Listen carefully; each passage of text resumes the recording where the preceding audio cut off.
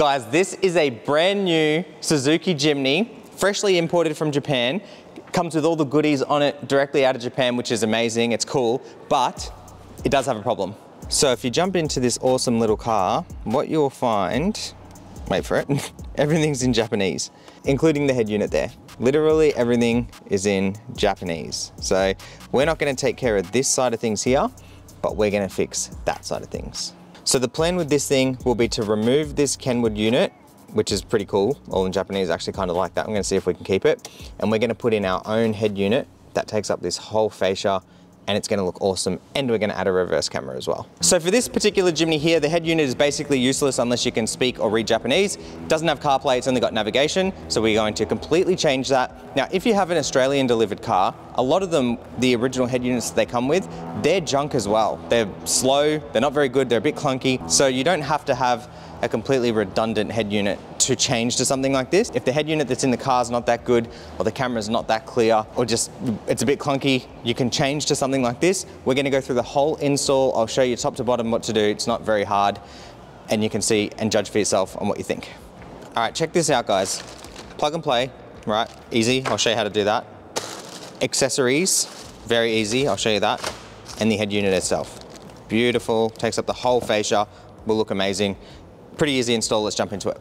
First part of the install will be taking out things like that phone holder so they don't get in the way, as we don't want to damage any of the dash or the vents. Now, this is the first time I've ever worked on one of these in actual pulling this side of things apart. So I'm going to start right here. There we go. There's 2 screws right here. So it might be that this whole frame and fascia is connected via those 2 screws. So let's pull them out and see what happens.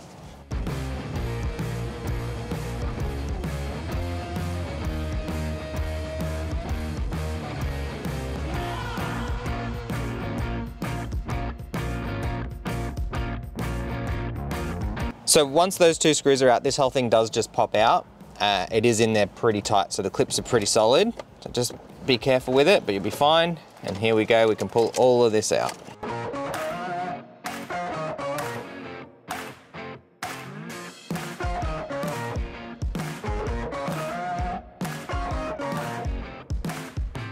Okay, once that's out, we can set that to the side. So with the head unit out now, basically we have main plugs right here, which will connect our new harnesses to.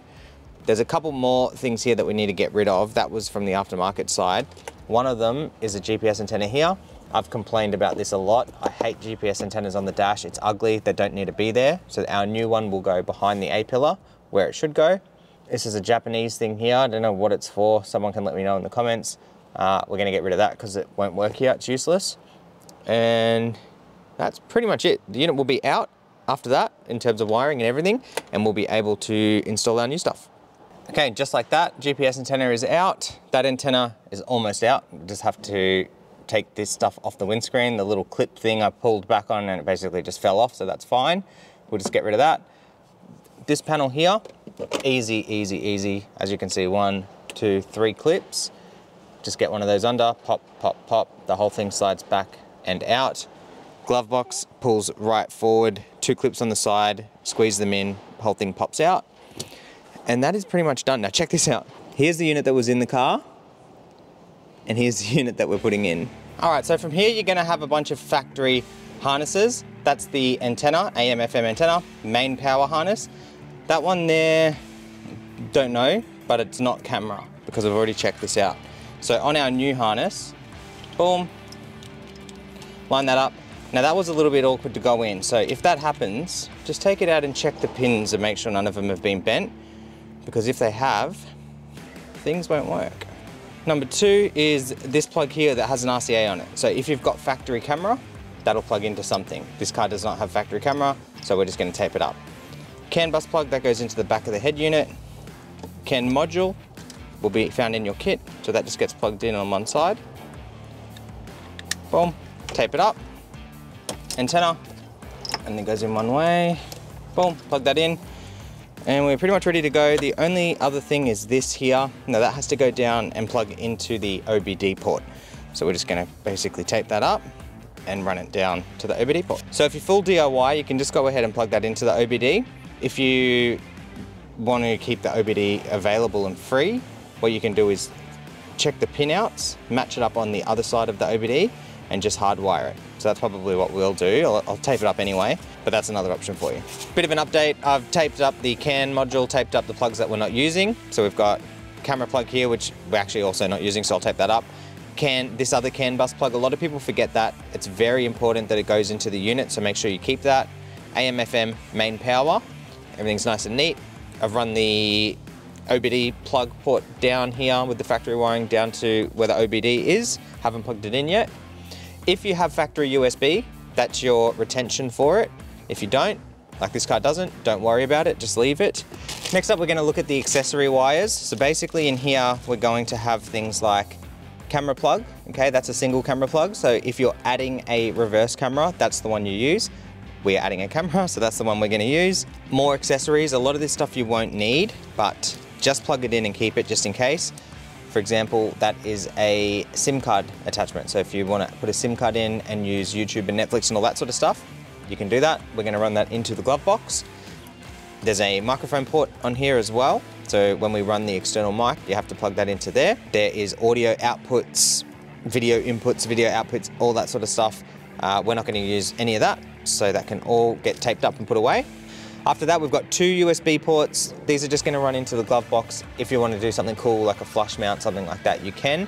Wi-Fi antenna, very important to install and keep it away from other electronics in the car. So find somewhere, actually behind the dash is pretty good in this car. Usually it's not, but there is not a lot going on in there. It'll be a good spot for it. Microphone, roof lining, run it down, A-pillar to the head unit. And lastly, GPS antenna. You've already got the A-pillar off. Oh, well, we've already got the A-pillar off. Stick it on the A-pillar, on the inside. When you pop the A-pillar back on, it's completely hidden. It looks so much cleaner than an antenna sitting on the dash. It looks ugly. And that is it. On your side, if you're not doing a camera, you're basically ready to go back together. So it's not a very big job. If you're doing a camera, I'll show you a bit of that as well. All right, so what I've done with the mic, we pulled this panel down. That just pops straight down, very nice and easy. And on the driver's side, I've mounted it where the grills are. Nice and clean, so it's totally out of the way. Looks OEM, but there is a mic in there. A-pillar's back on, GPS antenna is mounted.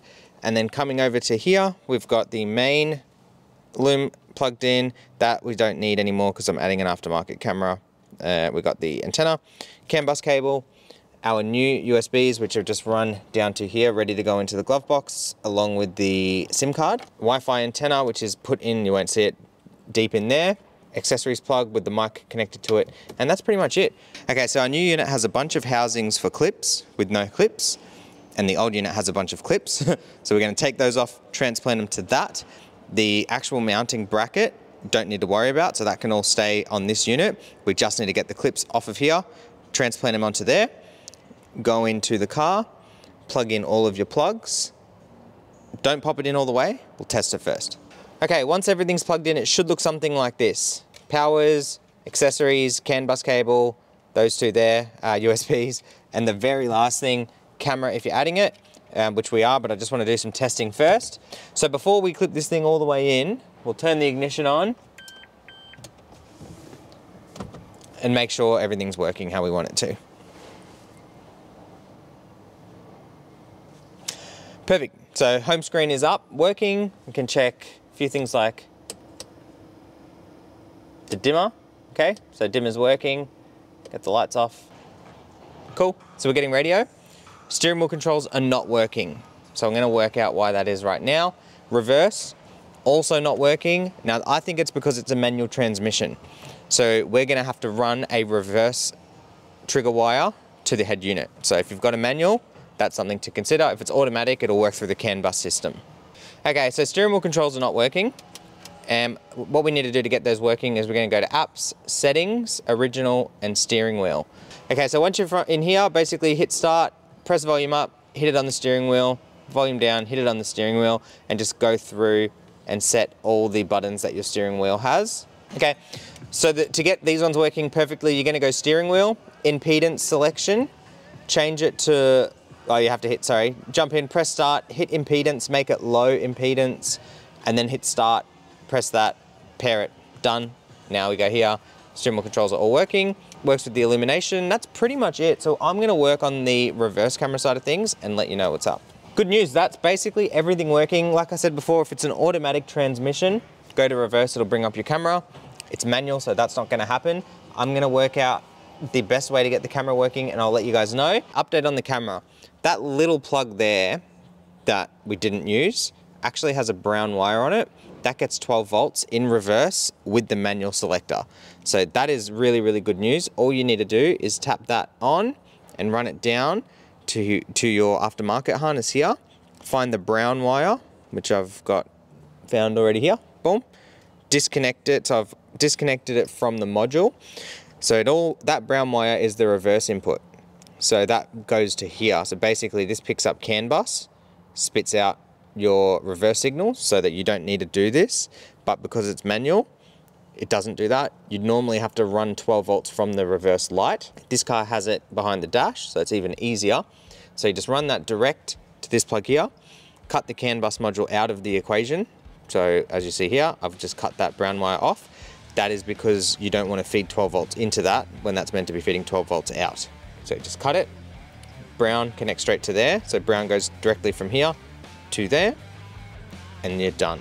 Put it in reverse, black image comes up. That's perfect. All we need to do now is plug in our camera, power the camera, which you can power from this reverse or ignition or something like that. Run it to the back, get it mounted, which I'm gonna do now, and then I'll show you everything, and that is the install done. All right, camera wiring from the front is complete. That is the camera there. So just something nice and small, OEM looking, it's clean, it's out of the way. I've got the bracket up on the inside of this panel, so you don't see it at all. It just looks like a little camera. Nice and clean. Coming into the front, we've got that reverse that we talked about before. Camera RCA connected, power connected to that. So I'm just gonna get everything here plugged in. Everything else is the same as before. Pop it in, show you how it looks, test it, and go from there. And boom, get a look at that, guys. 10 times better than it was before. Everything is back together, very, very easy to do. Plug in all your plugs, screen will just clip straight into place. That just clips right back on. Glove box, 2 feet at the bottom, clip them in, push it up, that'll lock itself back into place. We've got all of our accessory stuff in there and then all the other customer stuff that was there before. Camera is done as well, so we'll pop that into reverse. Crispy HD camera image, look at that, amazing. Steering wheel controls work, everything works. All that's left for us to do now is go through the settings. And one other thing I want to show you as well is CarPlay. So from the home screen of the unit, you want to go over to the phone and then look for the device name in your Bluetooth list, which is right here. Boom, just click on that, hit pair, keep your phone open because it is going to ask you to use CarPlay in a second. So you can see here, my phone is now connected. And then what I'm going to do now is T-Link is the app that we need to open. So I'm just going to press and hold video, hit T-Link. So we've now got T-Link or CarPlay on the screen. Hit CarPlay, keep that phone open.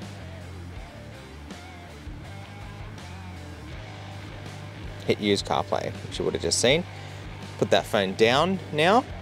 And every time you jump in the car, it will bring you into this automatically. And here you have Apple CarPlay and Android Auto. Have a look at that. Amazing, right? Apple CarPlay, Android Auto, wireless CarPlay, wireless auto, nice and fast, and it works with everything. So if I go here and we've got a podcast on, we can go ahead and use the steering wheel controls. There we go, turn the volume up. First of all, could you tell everybody what your background is? Like, what did you start off doing? And that is pretty much it for you guys. The job is done. Apple CarPlay is connected. This is ready to go. All that's left for me is to finish up there, clean the car, give it all a wipe down. And that is the job complete. We're gonna have this exact system on our website. There it is, guys, complete head unit and camera install done on the Jimny. If you have any questions about this install, drop them in the comments below. If you wanna reach out to us, www.shoptfb.com, fill out the contact form, we'll get back to you as soon as possible. If you wanna pick up this exact head unit, go to the link in the description. First link in the description is the link to our website where we sell that screen. We can send them out to you from Melbourne here in Australia. Full tech support if you need it. Unit runs Android 12, wireless CarPlay, wireless Android Auto. Any other questions you might have, reach out to us and we can help out. Thank you all so much for watching. I'll catch you in the next one.